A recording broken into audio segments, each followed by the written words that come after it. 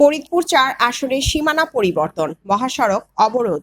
আক্তারুজ্জামান সোহেল বাড়ি, ফরিদপুর ভাঙা প্রতিনিধি। ফরিদপুরের ভাঙা উপজেলার আলগী ও হামিরদী ইউনিয়নকে ফরিদপুর-৪ আসন থেকে ফরিদপুর-২ আসনে অন্তর্ভুক্ত করে নির্বাচন কমিশনের গেজেট প্রকাশের প্রতিবাদে ফুঁসে উঠেছে ভাঙা উপজেলাবাসী। এ ঘটনার প্রতিবাদে শুক্রবার সকাল থেকে দুইটি ইউনিয়নের হাজার হাজার মানুষ গ্রাম থেকে উঠে এসে হাইওয়ে এক্সপ্রেসওয়ে অবরোধ করে প্রতিবাদ ও মানববন্ধন করেছেন গ্রামবাসীরা। এতে ভাঙা ইন্টারচেঞ্জ থেকে দক্ষিণ অঞ্চলের অন্তত ১৬টি জেলার যানবাহন আটকা পড়েছে। বন্ধ রয়েছে প্রায় ৩ ঘন্টা ব্যাপী মহাসড়কে আটকে পড়ে থাকা সব ধরনের যান চলাচল। বিষয়টি নিশ্চিত করেছেন ভাঙা হাইওয়ে থানার অফিসার ইনচার্জ মোহাম্মদ রকিবুজ্জামান।